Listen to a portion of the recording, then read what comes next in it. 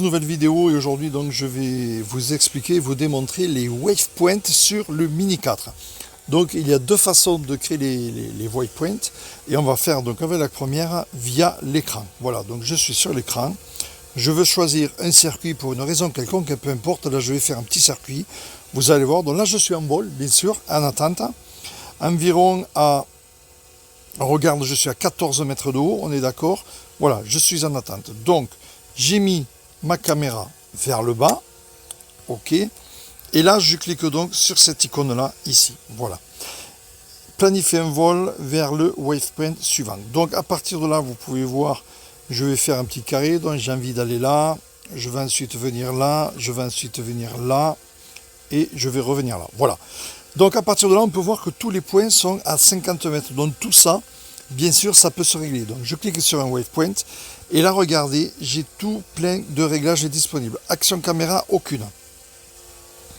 Donc effectivement on peut paramétrer si on veut prendre une photo, vous voyez ici, si on veut démarrer, enfin peu importe. Moi je fais aucune, je démarrerai à la main ou éventuellement c'est juste pour une reconnaissance, pour regarder ce qui se passe dans ce circuit là.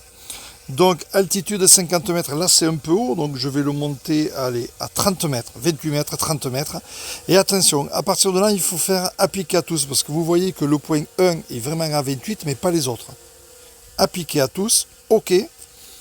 Tous sont bien passés à 28 mètres. Donc en fait, dès qu'on change un réglage, il faut faire appliquer à tous pour que ça soit appliqué donc à tous. Vitesse globale, donc ça, il n'y a pas de problème. Suivre trajectoire, donc on suit la trajectoire du départ. Donc là, on peut regarder le cap de l'appareil sur la direction en cours. Vous voyez, ou en manuel. Donc personnellement, je vais prendre le manuel. Voilà, c'est réglé. Appliquer à tous, toujours pareil. Voilà, de cette manière, je vais pouvoir gérer ma visu personnellement. La nacelle, elle est à 0. Je la veux en bas, donc à 90 vers le sol. Appliquer à tous, OK. Le zoom, je vais rester en zoom en manuel et le vol statique, j'en veux pas. Donc je viens ici, je fais suivant. Et là, je peux choisir ma vitesse globale. 9 km/h, c'est vraiment bien. RTH, donc à la fin du vol, il revient à l'RTH. Ou si je perds le signal, il fait un RTH. Donc ça, c'est vraiment intéressant. Et je fais go. Donc à partir de là, vous pouvez voir, c'est parti. Donc il va de suite partir vers le point 1.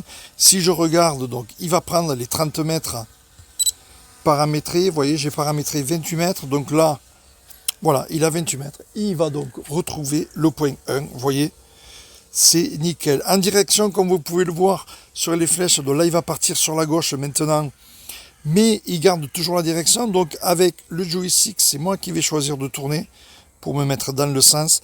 Voilà, je l'ai mis en manuel, c'est vraiment le top. Vous voyez, là, ici, il part de l'autre côté, pareil, donc je veux voir ce qui se passe. Je peux aussi lever la caméra.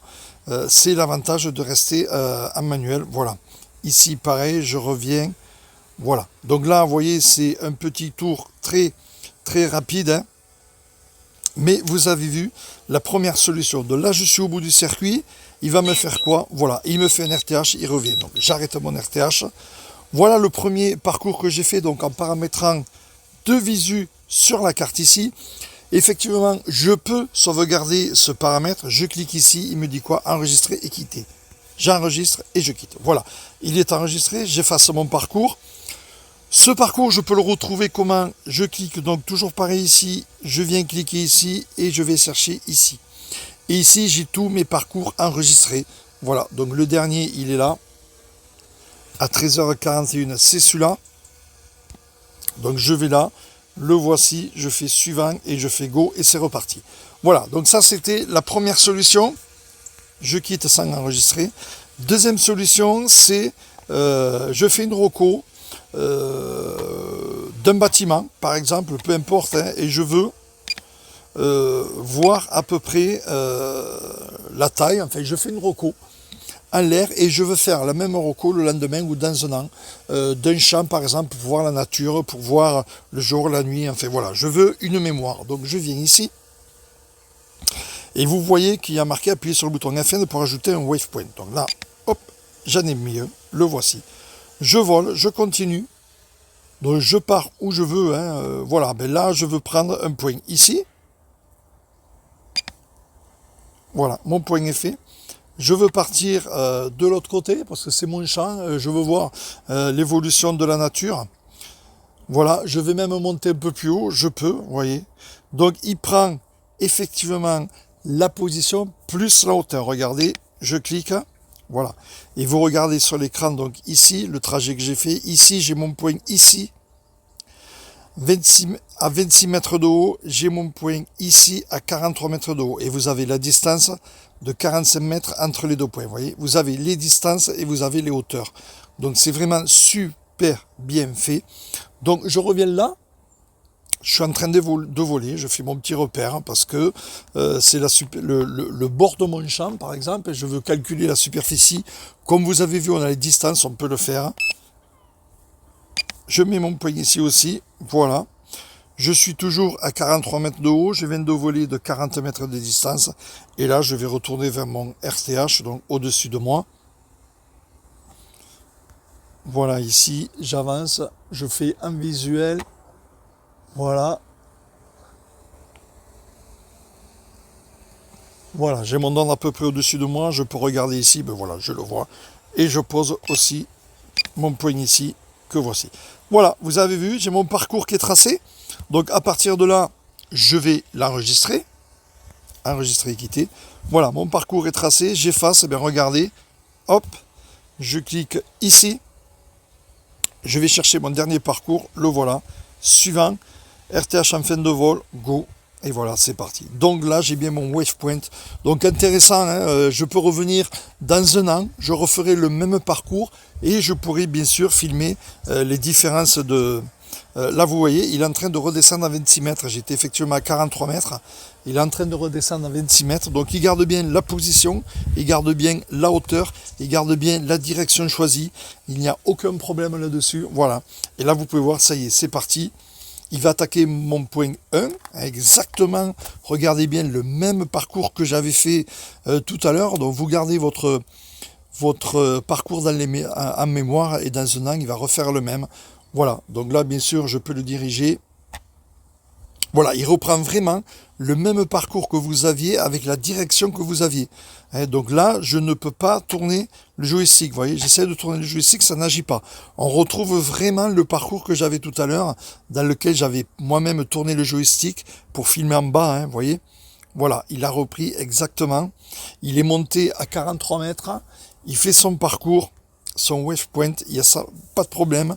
On a toujours les distances entre les deux. Vous pouvez voir 40 mètres ici, 65 mètres là. Donc on peut calculer une superficie. On a le tracé du parcours fait. C'est vraiment très très très complet et super bien fait, moi je trouve.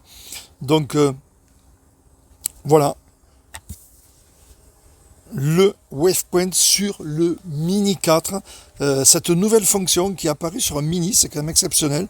Le Mini 4 est vraiment très complet. Je vous ai fait voir lors de la vidéo précédente le RTH en réalité augmentée, mais tiens d'ailleurs je vais vous en faire un. Voilà, vous voyez le parcours est fini, il me fait un RTH et regardez, vous revoyez à nouveau la réalité augmentée. J'en ai parlé dans la vidéo précédente, je vous invite à aller la voir. Et regardez le RTH, l'icône vert, le tracé vert marqué, le tunnel et le bouton en H comme vous le voyez, vraiment en réalité augmentée. Et vous allez voir, le drone va s'y poser sans problème.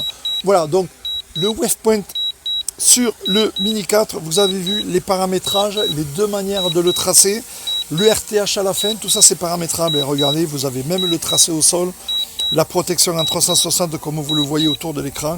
Et regardez, il est en train d'atterrir tout seul. C'est vraiment super complet et très très bien fait sur ce Mini 4 qui est vraiment très complet. J'avais un R2. L'R2 bien sûr commençait à se faire vieux, il était plus gros. Je l'ai vendu, je me suis acheté ce Mini 4 et c'est vraiment une grosse évolution comparée au R2. Sans parler bien sûr de la qualité de la caméra. Je ne suis pas assez pro pour vous en parler, mais vraiment grosse différence avec ce Mini 4. Voilà, donc là c'était la vidéo sur les parcours en waypoint. Prochaine vidéo, ça sera sur le Master Shot. Vous allez voir, lui aussi fait ça, les Master Shot. C'est une combinaison de Quick Shot et après on peut créer une vidéo. Donc je vais vous faire voir ça dans la prochaine vidéo. Rendez-vous donc À très très bientôt. Abonnez-vous, comme ça vous serez au courant, vous aurez une notification lorsque j'aurai fait cette vidéo et lorsqu'elle sera en ligne. Voilà, on se retrouve très bientôt. Merci.